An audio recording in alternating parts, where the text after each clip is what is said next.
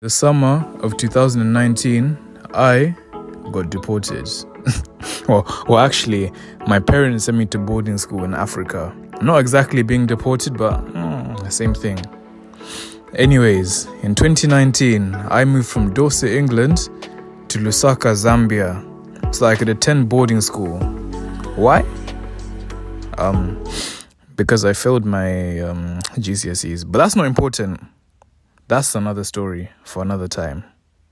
Anyway, I know everyone's seen that TikTok trend where people post their GCSE results and then they failed and then their parents trick them into going back to Africa on holiday or something. But in reality, they're being shipped back home as some kind of messed up punishment. Well, that was me, bro. That's what happened to me. I was ahead of the trend. I did that before it was a thing. Weird flex, but okay. Anyways, on my first day of school, I was taken aback because I was under the impression that I was going to be attending a private school. But when I actually got to the school, which was like a 5-hour drive from any kind of civilization, by the way, I was shocked because this private school was basically like a small village in the jungle. Now, don't get me wrong, my time in this school was some of the best years of my life. I made great friends, I had some of the best times, and I totally discovered myself and all that good stuff.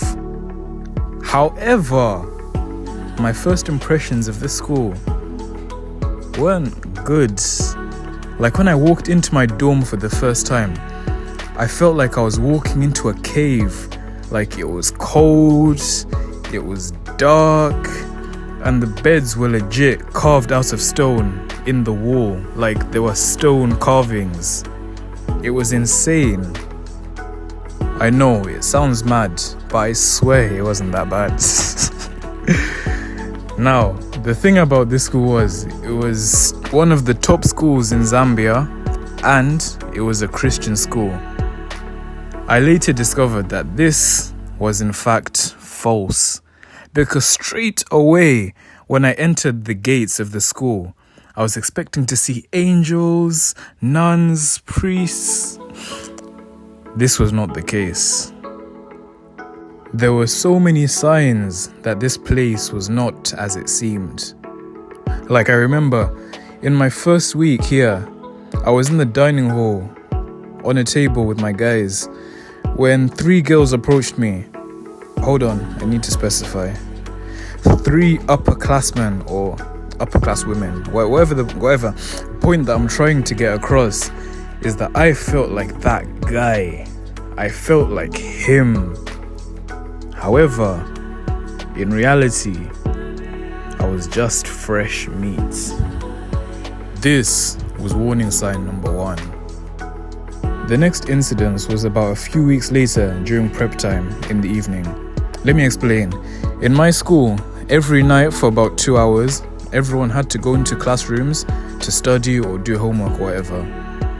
Now, it was one quiet evening.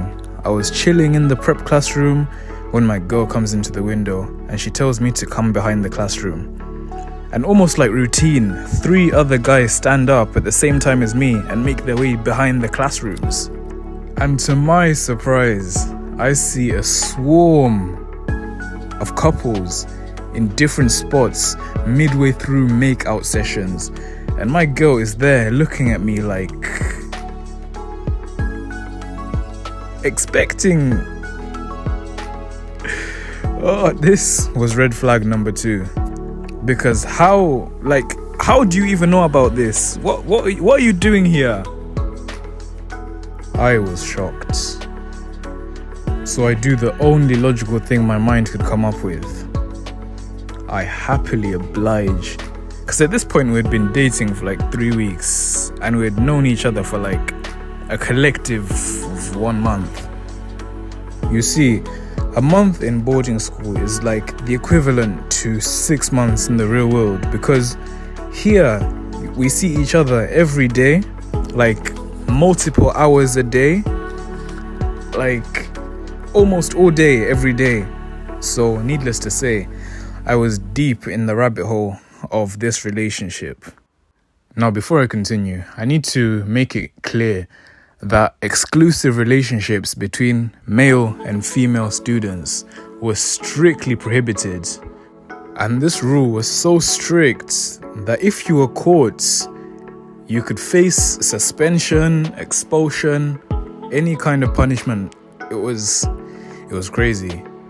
So needless to say, this was my next biggest mistake. Anyway, this relationship would not last long for numerous reasons, but I'll continue the story in part 2, which I'm working on right now.